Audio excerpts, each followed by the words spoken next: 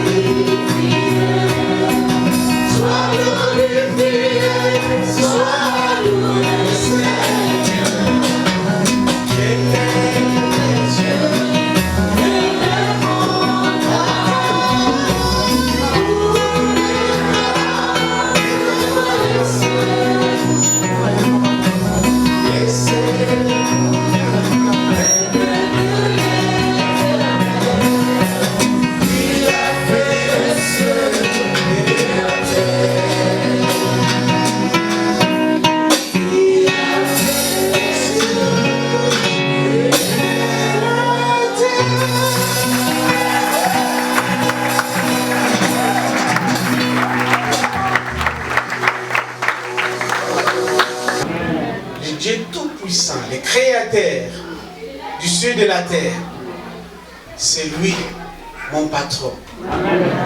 C'est lui mon patron. Avec lui, on n'a perdu rien. Nous sommes plus que vainqueurs. Il y a quelques jours, on m'a informé que, à cause du ministère que nous avons accepté, alors l'ennemi est tellement mécontent. Il a dit qu'il a cherché à détruire ma famille, à tuer mes enfants, mais il n'arrive pas.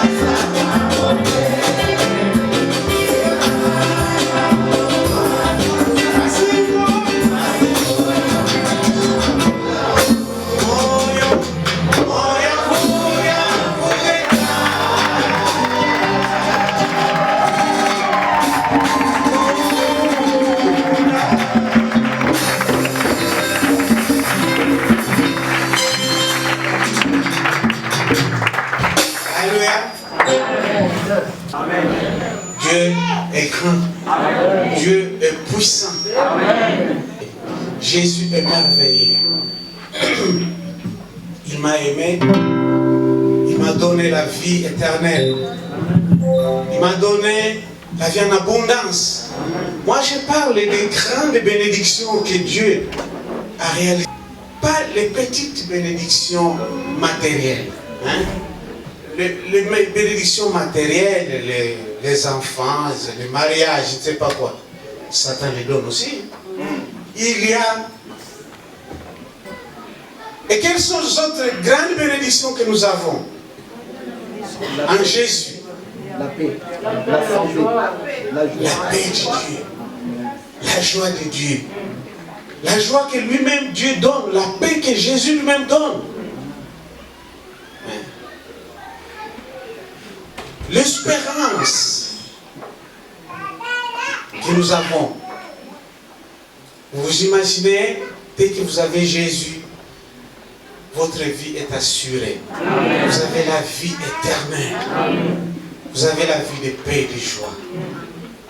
Dans ce monde de problèmes, de troubles, je ne sais pas comment, mais avec Dieu, nous avons la paix et la joie. Amen.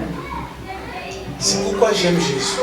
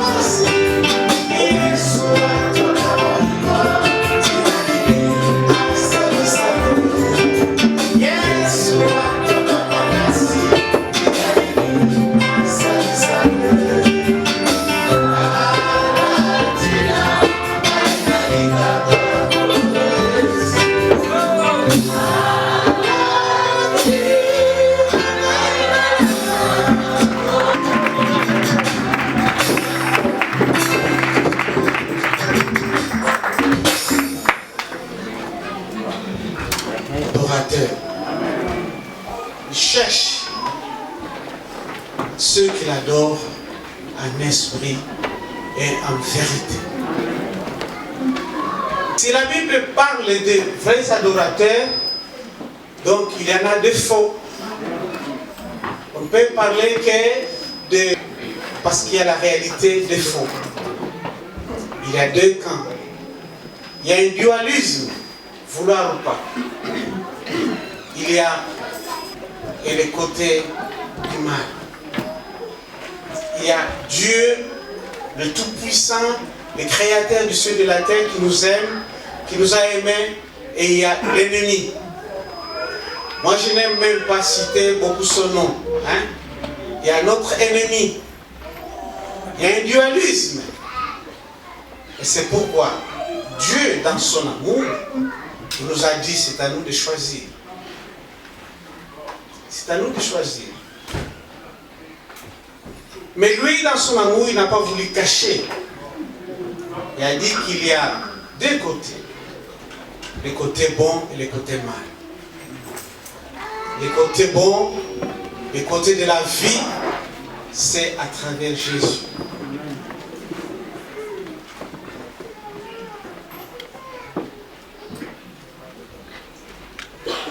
Si la Bible parle de faux, parce qu'il y a beaucoup qui sont dans le chemin du Seigneur, qui sont dans l'église,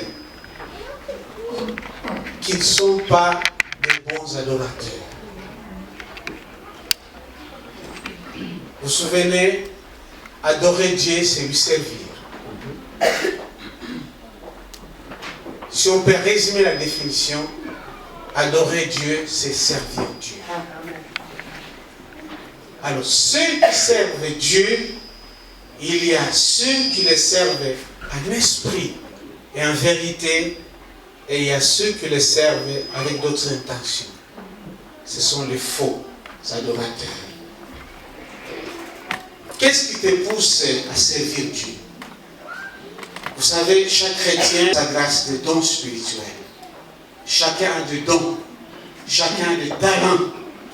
Par la grâce de Dieu, votre frère Mende a le talent de la musique. Dieu l'a donné une voix. Mais avec ces talents, avec cette voix, moi je pouvais l'utiliser pour autre chose. Les gens me disent, mes frères Mende, na voix aux alamaki, donc ceux que vous allez à Namokili, les milliardaires. Tu allais gagner beaucoup d'argent si ce n'était pas dans le chemin de Dieu. Et beaucoup jusqu'à aujourd'hui, ils se disent que je suis millionnaire. Ah, c'est vrai. Parce que dans les comptes célestiels, je suis milliardaire, multimilliardaire. Amen. Parce que, vous savez, le prix de l'âme, Jésus en a parlé. Qui peut calculer le prix de l'âme? Une personne qui donne sa vie à Jésus et Jésus communique la vie éternelle. Amen. Sauve cette âme-là. Le prix est incalculable. Vous savez, mes frères, c'est pourquoi nous qui servons le Seigneur, parce que le prix de notre âme est incalculable, le prix de l'âme de chacun. Et Dieu, comme il nous a sauvés, il nous a donné la vie éternelle. Et quand nous ne voulons pas marcher dans les bons chemins, nous voulons rentrer dans les chemins de perdition, la décision de Dieu, à cause de la valeur de l'âme, de ton âme et mon âme, la décision de Dieu, c'est de nous prendre. Beaucoup de nos amis, de nos frères, de nos sœurs que nous aimons beaucoup, nous ont dit la raison principale, c'est que Dieu n'a pas accepté de perdre ses âmes. Il les a pris. Ça, c'est la raison principale. Parce que Dieu veut que nous puissions lui servir, l'adorer en esprit et en vérité. Quand notre adoration n'est plus en esprit et en vérité, Dieu nous prend. C'est ça le problème. Moi, le Seigneur m'en a parlé quand j'ai commencé à lui servir. Il a dit, maintenant, mais si tu n'arrives pas à gérer mon élévation, si tu laisses d'être le vrai adorateur que moi je veux pour ta vie, alors ma décision sera de te prendre. Je dis, mais Seigneur, j'ai encore des petits-enfants. Ah, c'est ton... Dieu cherche de vrais adorateurs, qu'il adore en esprit et en vérité. Beaucoup servent le Seigneur, adorent le Seigneur avec d'autres intentions. Il y a ceux qui veulent gagner beaucoup d'argent, veulent devenir millionnaires en servant le Seigneur, veulent gagner beaucoup d'argent. Beaucoup de frères m'ont trompé en disant, frère, je vais au signe des contrats pour être ton distributeur ou ton manager ou ton producteur. Mais frère, je ne vise pas l'argent, hein? Je ne vise pas l'argent. C'est vraiment la gloire de Jésus. Je dis, ça va. Sinon les contrats. On signe les contrats. Je dis, moi, je sers le Seigneur d'abord. Cherchez d'abord le royaume de Dieu. Le royaume du ciel, la Bible dit, et le reste vous sera donné par-dessus. Je ne cherche pas d'abord à devenir millionnaire. Non, non. Ah, moi aussi. On signe les contrats. Après avoir signé le contrat, je remets les cassettes, je ne sais pas quoi, les CD pour la multiplication. Le frère disparaît. Il change aujourd'hui.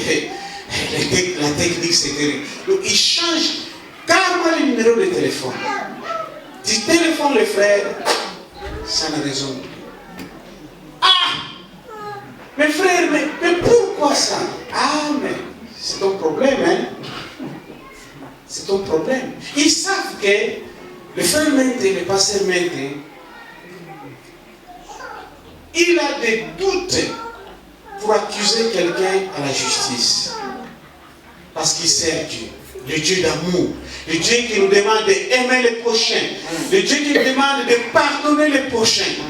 De pardonner les prochains avant même qu'ils demandent pardon. Alors quand je pense à ça, je laisse passer. Plus de 5 à 6, je crois, ils m'ont roulé comme ça. Pourquoi? Ils sont venus adorer Dieu, servir Dieu avec des intérêts, en cherchant à devenir millionnaires. Moi, je vous ai dit, avec ces chansons que Dieu m'a inspirées, si vous cherchez à devenir millionnaire, vous créez des problèmes vous-même. Parce que Dieu m'a donné ces chansons pour le salut des âmes. Il m'a inspiré ces chansons pour le salut des âmes. Il y a ceux qui servent le Seigneur, qui adorent Dieu pour se faire voir. Il veut apparaître devant. Il veut être connu. Alors ils font tout pour se faire connaître. Et même quand ils chantent pour le Seigneur,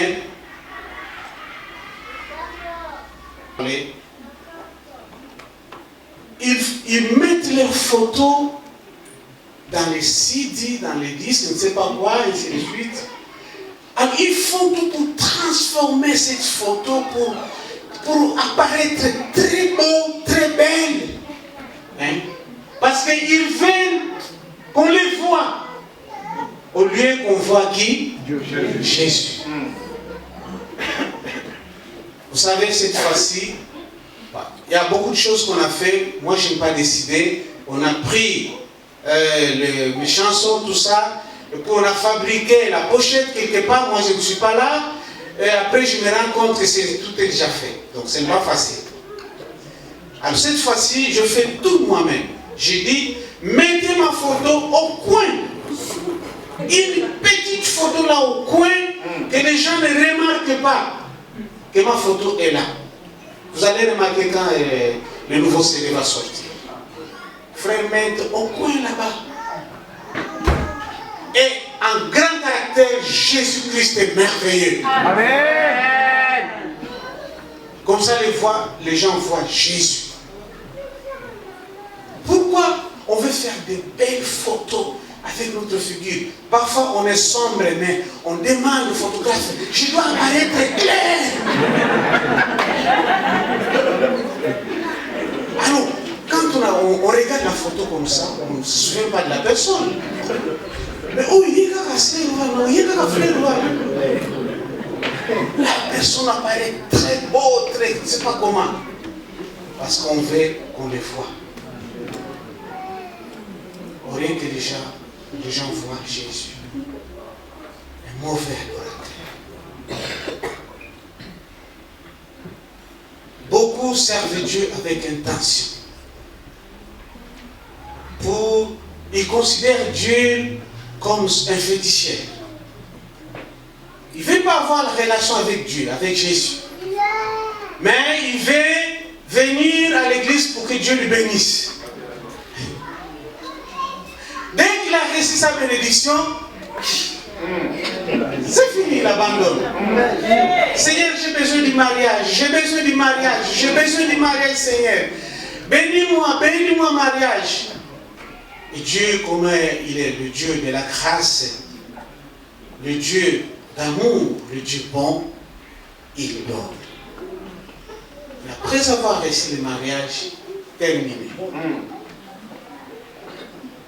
Terminé. Mes frères et sœurs, mauvais adorateur. Dieu veut maintenir une relation intime avec nous, avec le vrai adorateur. D'abord, il faut le début de tout, comme le pasteur avait prêché la fois passée. Le début de tout, c'est donner sa vie à Jésus. Beaucoup de mes frères et sœurs qui sont, par exemple, dans la musique, qui louent le Seigneur, ils ne sont même pas des chrétiens. Ils n'ont même pas Jésus dans leur vie. Comment si vous n'avez pas Dieu dans votre vie, si vous n'avez pas l'Esprit de Dieu, et comment vous allez adorer Dieu? Comment vous allez servir Dieu? D'abord, c'est donner sa vie à Jésus. Parce que quand vous donnez votre vie à Jésus, Jésus vient dans votre vie, l'Esprit de Dieu vient dans votre vie, dans ma vie, et nous devenons enfants de Dieu. Et là, nous pouvons adorer notre Dieu, parce que nous sommes ses enfants. Mais le fait de donner sa vie à Jésus, ça ne suffit pas. Parce que vous avez Jésus dans votre vie, c'est vrai, mais plusieurs fois nous l'abandonnons, nous le mettons à côté et nous suivons notre vie. Nous faisons le vrai adorateur, c'est celui qui adore Dieu. Maintenant j'explique l'adoration en esprit. C'est celui qui adore Dieu dans la plénitude du Saint-Esprit. Avec un cœur rempli du Saint-Esprit. Avec une vie remplie du Saint-Esprit. Une vie totalement dirigée par le Saint-Esprit. C'est ça. Adorer Dieu en esprit. Vrai adorateur. Tellement que Dieu conduit votre vie, tellement que Dieu dirige votre vie, vous n'êtes pas charnel. Vous ne vivez plus selon le monde, mais vous vivez selon Dieu.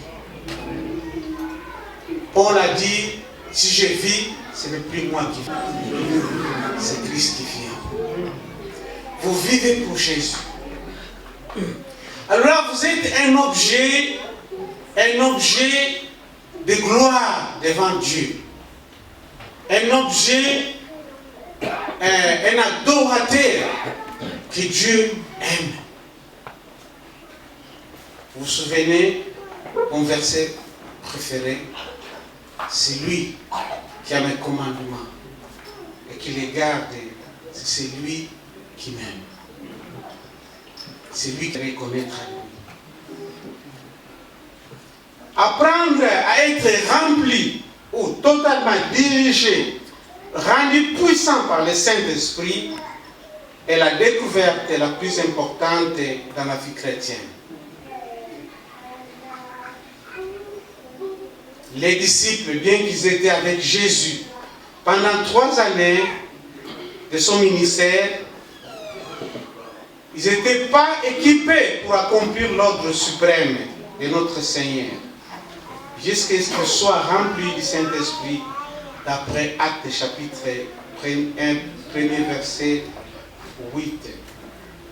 Mais vous recevrez la puissance, celle du Saint-Esprit, survenant sur vous, et vous serez mes témoins à Jérusalem, dans toute la Judée, dans toute la Samarie et jusqu'aux extrémités de la terre.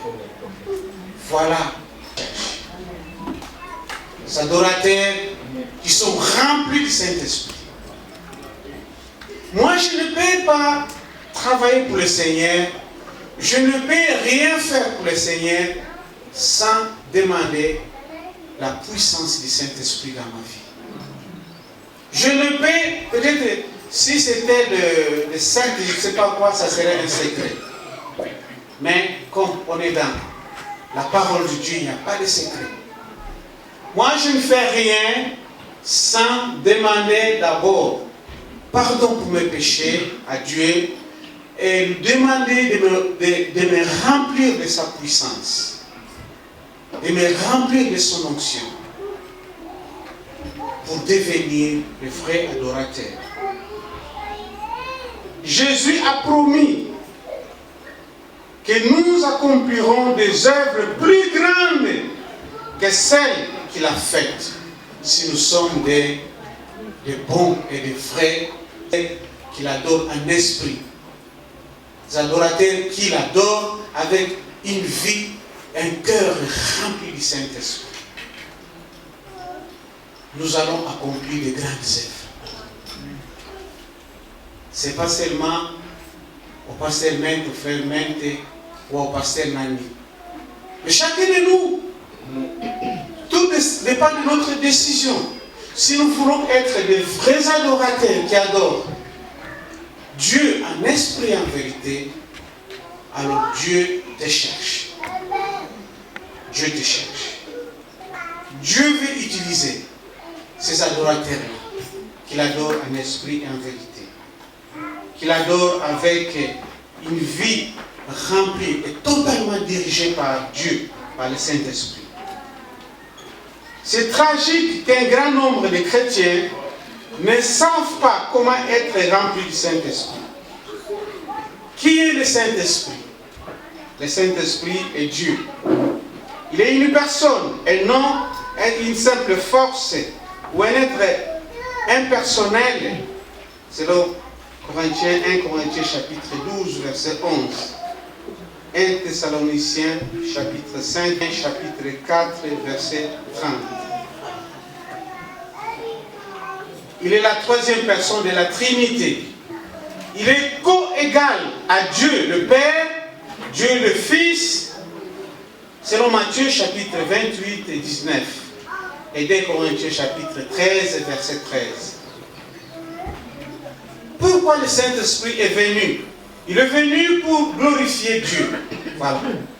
Il est venu pour conduire dans toute la vérité, pour nous conduire dans toute la vérité. C'est lui qui nous conduit dans toute la vérité. Il est venu pour nous donner la puissance de connaître Christ et de vivre pour lui. Pour vous permettre de vivre la vie en abondance. Pour témoigner et pour prier efficacement. Vous savez que sans le Saint-Esprit, l'aide du Saint-Esprit, plusieurs fois nous prions mal. Plusieurs fois nous nous mettons dans un moment de prière d'adoration à Dieu. Adorons notre Dieu, commençons à prier. Et nous prions, mais sans la plénitude du Saint-Esprit, nous prions mal. prions mal. Et des fois, nous prions pour nous-mêmes. Jamais on prie pour les autres. On est tellement égoïste qu'on pense qu'à soi-même. Seigneur, bénis-moi, donne-moi. Toujours moi. Et les autres qui ont aussi besoin de tes prières.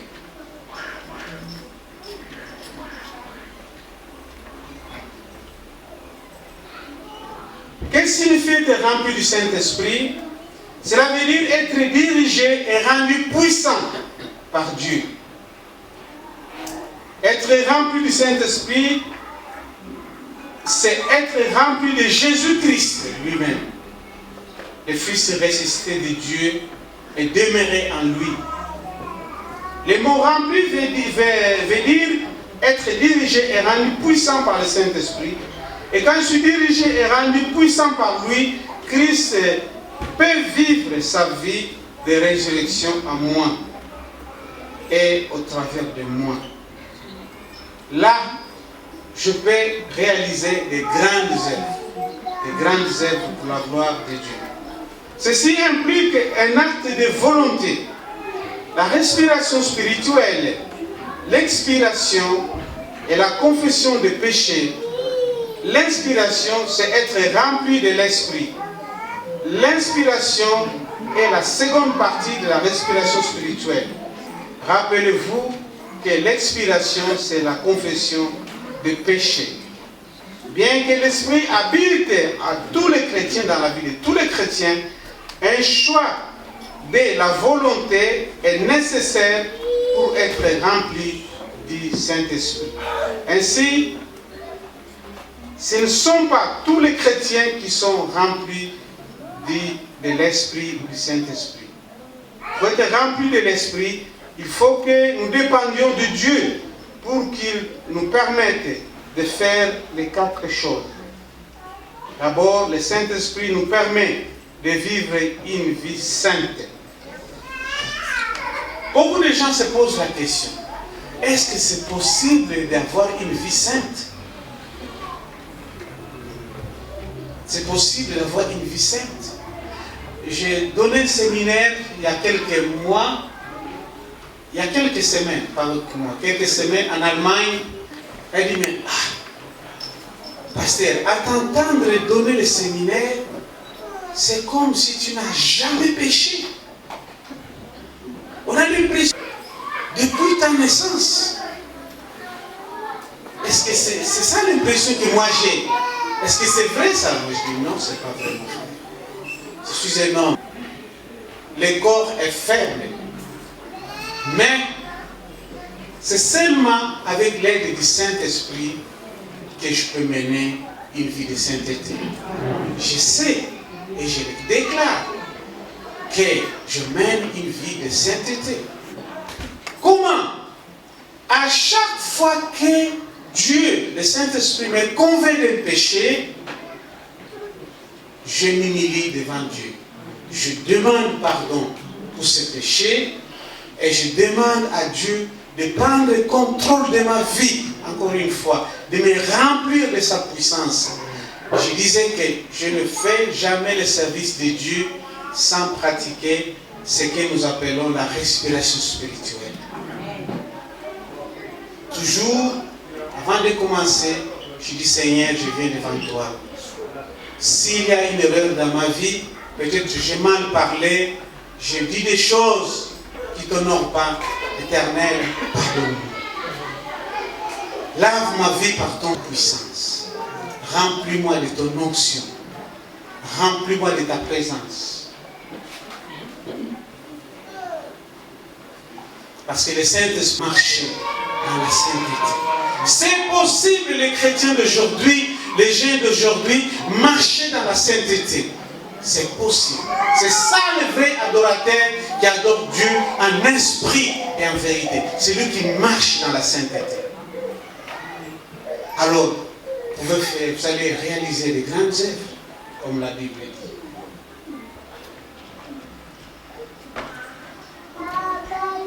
Être rempli du Saint-Esprit implique l'acte de volonté. Dieu, pour nous permettre de faire ces 4 choses. C'est très important, c'est pourquoi je me répète. Le Saint-Esprit nous permet de vivre une vie sainte. De nos propres efforts, c'est impossible de vivre la sainteté. De mener une vie sainte. C'est impossible. Mais avec le Saint-Esprit, à l'aide du Saint-Esprit, avec l'aide du Saint-Esprit, c'est possible. Le Saint-Esprit nous rend capables de porter des fruits spirituels. D'après Jean chapitre 15, verset 8, mon Père est glorifié en ceci, que vous portiez beaucoup de fruits et que vous serez mes disciples.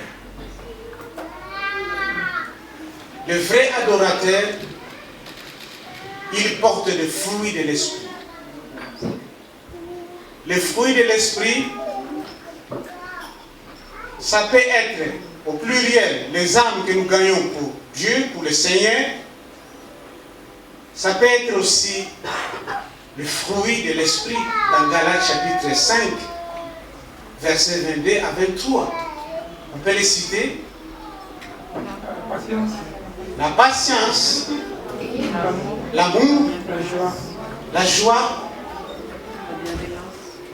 la bienveillance, la maîtrise de soi, la bienveillance, la tempérance. Ces fruits, ces choses, nous allons vivre tout ça si nous donnons, nous abandonnons entre les mains du Saint-Esprit. C'est lui qui produit à nous ces fruits, le Saint-Esprit. Donc le vrai adorateur, c'est un homme plein d'amour. Le vrai adorateur, c'est un homme patient. C'est une sœur ou un frère patient. C'est possible? Oui, c'est possible. Avec l'aide du Saint-Esprit. La parole de Dieu est la base de notre croissance spirituelle. Le Saint-Esprit illumine et applique la parole dans notre vie. C'est le Saint-Esprit qui nous aide à obéir à la parole de Dieu, à pratiquer la parole de Dieu. Ce n'est pas avec nos propres efforts. Le Saint-Esprit nous permet de surmonter les problèmes quotidiens de la vie. Après Romains chapitre 8, verset 26. Mais c'est triste de voir que les chrétiens moyens, la majorité des membres de l'Église, ne vivent pas la puissance du Saint-Esprit, la plénitude du Saint-Esprit. Pourquoi beaucoup ne vivent pas la plénitude du Saint-Esprit? C'est par manque de connaissances. Beaucoup de chrétiens n'ont pas le temps de vérifier la parole de Dieu, de méditer la parole de Dieu. Et quand on ne médite pas la parole de Dieu, on n'a pas la connaissance. On n'aura pas la connaissance des choses de Dieu.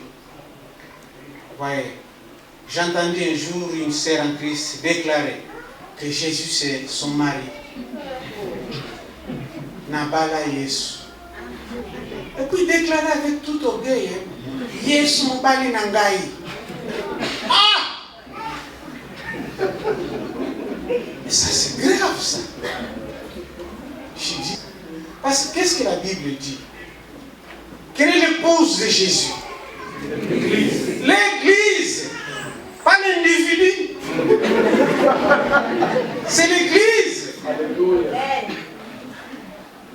Mais par manque de connaissances, je ne sais même pas, et puis je ne sais pas. Je crois qu'il n'a pas fait la mathématique. Parce que si nous prenons 3 plus 2 plus 4, ça fait combien? 9. Mais 2 n'est pas dans la 9. Comme 3 n'est pas égal à 9. Comme 4 n'est pas égal à 9. C'est 2 plus 3 plus 4 qui fait 9. C'est l'Église tout entière. C'est le corps du Christ qui est l'épouse de Jésus. Pas un individu. Voyez. Mais, par manque de connaissances, je déclare ça. Jésus, c'est mon mari. Donc, lui, moi je les appelle des supra-spirituels. Il est spirituel de trop, alors il commence à inventer des histoires sans connaissance. Jésus, c'est mon mari. Pour dire, elle voulait dire qu'elle aime beaucoup Jésus. Elle aime beaucoup Jésus. Elle dit, Jésus, c'est mon mari. Non. Quelle est la seule façon de montrer qu'on aime Jésus? En obéissant à sa parole. C'est lui qui a mes commandements et qui les garde. C'est lui qui m'aime.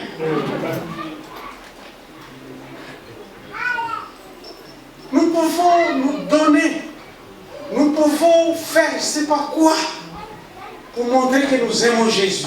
Nous pouvons prier, nous pouvons chanter chaque jour, nous pouvons gêner et gêner et gêner pour montrer que nous aimons Jésus.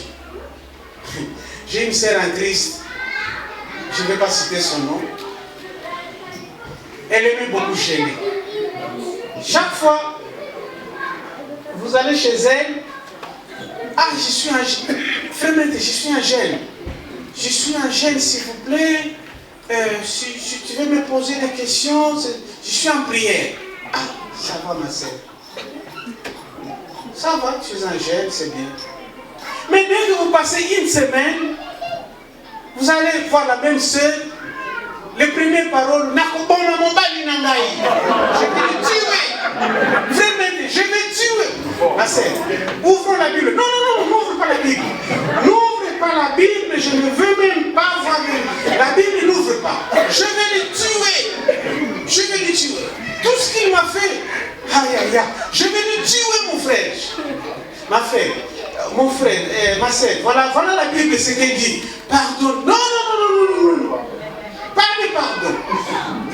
Il va mourir entre mes mains. Ça, c'est bon. La même sœur qui adore gêner, aujourd'hui, il veut tuer son mari, je ne sais pas quoi. Il n'accepte même pas le pardon. Oui, ça ne va pas. Ça ne va pas. C'est lui qui a mes commandements, qui les garde. C'est celui qui m'aime. Et Jésus a promis que celui qui l'aime sera aimé. Pas seulement à lui, Jésus, mais aussi à son Père. Son Père l'aimera aussi. Et Jésus va se manifester en lui. Voilà le vrai adorateur spirituel. C'est lui qui adore Dieu avec une vie remplie du Saint-Esprit, qui fait qu'il aime la parole de Dieu. Il la médite chaque jour. Et il obéit à cette doctrine. Même dans cette génération. Moi, quand j'ai donné ma vie à Jésus, nous sommes aimés avec ma femme. On a commencé à avoir des enfants. La famille a commencé à me critiquer. Ah, mais tu te donnes trop à ta femme. Tu te donnes trop à tes enfants. Toi, tu es encore jeune. Tu as encore le temps de faire la vie. Donc, qu'est-ce qu'il disait? Tu peux arranger d'autres petites filles de gauche à droite. Donc, il n'y a pas de problème. Tu es encore jeune. Tu es jeune. Tu es jeune encore. Alors, la famille a décidé de me donner la deuxième femme. Il y a une sœur en Christ, pas une sœur en Christ, excusez-moi. Il y a une sœur de la famille qui cherchait à se marier. C'est ma tante lointaine. Alors on a dit, comme c'est ta tante lointaine, tu peux la prendre. Parce que quand ils sont allés faire le mariage, on proposait des jeunes garçons pour la fille. Et cette tante a dit, moi je veux seulement une personne. C'est quelle personne toi tu veux? Ah, moi je veux le frère Mente. À ce temps-là, je n'étais pas pasteur. Je veux le frère Mente comme mari.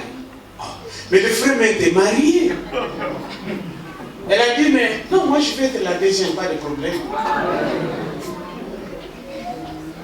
Je vous l'ai dit, on a apporté cette tante à la maison, et puis on m'a invité d'aller voir la tante. J'arrive à la maison, on me dit, écoutez, tu vois la sœur qui est assise là-bas? Oui, je vois la sœur. C'est ta deuxième femme. Ma deuxième femme? Moi, j'ai décidé dans ma vie une seule femme. Et j'aurai tous les enfants, mes enfants, avec la seule femme de ma vie. C'est l'engagement que j'ai pris. Jusqu'à la mort, que la mort nous sépare. Donc, je ne peux pas. Je ne peux même pas oser prendre cette sœur-là. Et on a informé à la tante, à la fameuse tante, elle a commencé à pleurer. Elle a commencé à pleurer. Je dis, je vais garder ma vie sainte. Je ne vais pas avoir de problème. Parce que je sais les conséquences. Vous avez des enfants là, vous avez vu les musiciens, nos musiciens qui sont morts, hein, qui sont partis. Avec une liste des enfants, ce n'est pas extraordinaire. Et chaque maman est sortie, moi aussi. Nous avons fait un enfant avec lui. Voilà mes enfants que j'ai fait. Chaque femme, et combien de femmes, quel désordre.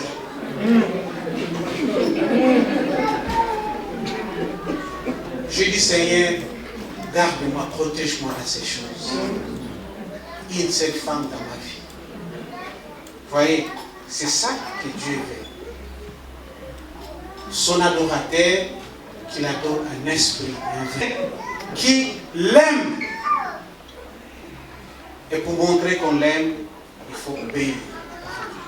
Il faut obéir. La deuxième raison qui fait que beaucoup ne vivent pas une vie remplie du Saint-Esprit, c'est aussi à cause de l'incrédulité. Les chrétiens moyens ne sont pas remplis à cause de l'incrédulité. Beaucoup de gens ont peur de Dieu. Ils ne mettent pas leur confiance en lui. Beaucoup de gens, beaucoup de jeunes surtout, ils font des calculs. Si moi je me donnais à ce Dieu, si je m'abandonnais à ce Seigneur, si je menais une vie de sainteté, alors je vais perdre le plaisir. Je vais perdre ça et ça et ça et ça et ça et ça et ça. Ils font une liste. Ils n'ont pas confiance en Dieu. Ils n'ont pas confiance en Dieu. Alors que Dieu les aime. Dieu les aime. Et ils deviennent incrédules. Beaucoup pensent que Dieu leur demandera de faire l'impossible. Ils écoutent la portée, ils doutent de la portée de l'amour inconditionnel de Dieu. Ils doutent de l'amour de Dieu. Beaucoup pensent que Dieu leur enlèvera le plaisir. Ils ne se rendent pas compte de les grands plans, la grandeur du plan de Dieu pour eux. Selon Matthieu chapitre 6, verset 33. Ils ont peur de devenir des adorateurs spirituels. Des vrais adorateurs que Dieu cherche. Parce qu'ils ont peur de perdre beaucoup de choses dans les relations avec Dieu, avec le Seigneur. Mes frères et sœurs, moi j'ai pris cette décision il y a beaucoup d'années, mais je vous le répète et je le dis, je ne regrette de rien. Amen. D'avoir abandonné ma vie très jeune entre les mains de Dieu, entre les mains du Seigneur, et chercher à mener une vie de sainteté. Amen. Vous savez, les commandos, quand on a eu l'évangélisation à Metz, les commandos sont venus, les combattants, pas les commandos, les combattants sont venus, Ils sont entrés. Ils ont dit, ah, c'est pasteur Menka, ah non, lui on le connaît. Il peut continuer à servir son Dieu, ça va, très bien. Pas de problème avec lui. À cause de quoi? À cause de la vie que nous avons décidé de mener devant le Seigneur. Une vie de sainteté. C'est impossible sans l'aide du Saint-Esprit. Je ne dis pas que je suis parfait. Non, non, c'est pas ça que je dis. Mais s'il y a des erreurs dans ma vie, je m'humilie pour demander pardon à Dieu. Voilà. Ne laissez pas le temps. Dès que le Saint-Esprit vous convainc d'une erreur, d'une faute, d'un péché, demandez pardon à Dieu et demandez à Dieu de te remplir la condition Saint-Esprit. Et c'est comme ça que nous pouvons mener une vie de sainteté, une vie d'un vrai adorateur, un adorateur spirituel. Les tentations vont venir toujours. Hein? Les tentations vont venir toujours, de gauche à droite. Parce que l'ennemi, avec la petite force qu'il a, il ne veut pas lâcher. Sa force est limitée. Sa force est petite. Mais avec sa petite force, il ne veut pas lâcher. Il va tenter. Il va tenter. Il va tenter. Mais si nous avons une vie remplie du Saint-Esprit, il ne va pas réussir dans notre vie. Il va y avoir des échecs. C'est l'échec.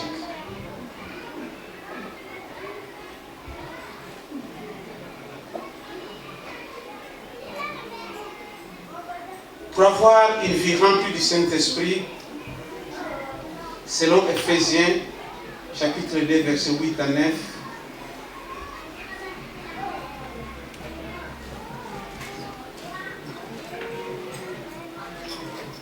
il faut avoir la foi. C'est par la foi qu'on est rempli du Saint-Esprit. C'est par la foi qu'on a accepté Jésus dans notre vie. C'est par la foi aussi qu'on est rempli du Saint-Esprit. Parce que nous savons que c'est la volonté de Dieu d'abord que nous soyons remplis du Saint-Esprit. C'est la volonté de Dieu que nous puissions vivre une vie qui plaît à Dieu, une vie de totale obéissance à la parole de Dieu. Vous savez, j'ai essayé de beaucoup étudier la Bible pendant beaucoup d'années.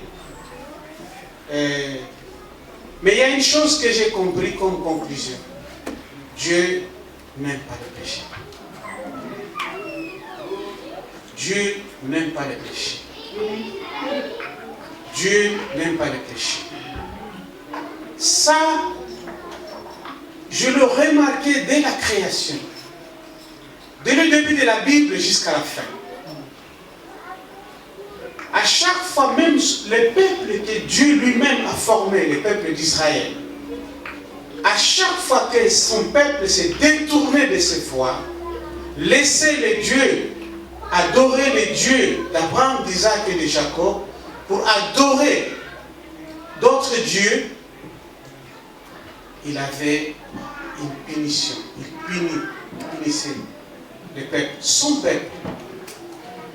Vous savez que le peuple d'Israël a été déporté à Babylone. On les a envahis, on les a gagnés. Nabucodonosor les a gagnés et les a déportés. À cause de quoi? À cause de leur péché. Parce qu'ils ont abandonné les vrais dieux. Mes frères et sœurs, mais ce même Dieu, la Bible dit, il ne nous juge pas selon nos fautes. Ce même Dieu, dans son amour, dans sa grâce, il ne nous juge pas selon nos fautes. C'est un Dieu qui est prêt à nous pardonner. Toujours prêt à nous pardonner. C'est un Dieu qui ne considère pas toutes nos erreurs. Si cela était de cette façon-là, ça serait vraiment difficile de se mettre devant Dieu. Mais c'est un Dieu plein d'amour, plein de grâce et de miséricorde. Il ne nous considère pas, il ne nous juge pas selon nos péchés, selon nos fautes. Il nous aime d'un amour infini. C'est que nous puissions devenir des adorateurs spirituels qui l'adorent en esprit et en vérité. Des adorateurs avec une vie remplie du Saint-Esprit. Une vie totalement dirigée par le Seigneur.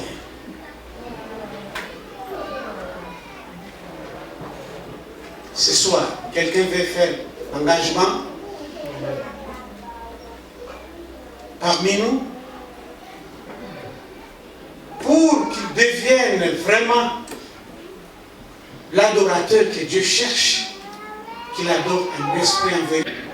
S'il y a quelqu'un qui veut faire le pas, prendre une décision ce soir, peut lever la main. Ce soir. Merci ma soeur. Tu peux avancer. On ne blague pas avec les choses de Dieu. J'ai donné ma vie, j'ai abandonné ma vie à cause de ces choses de Dieu. Qui encore qui veut prendre une décision pour devenir un vrai adorateur qui adore Dieu en esprit et en vérité? Quelqu'un qui veut mener une vie de sainteté, une vie spirituelle remplie de l'Esprit de Dieu. Qui encore? Merci mon frère, que Dieu soit loué. On ne blague pas avec les choses de Dieu. Qui encore parmi nous? Yesu azali awa, Yesu azali awa, Yesu azali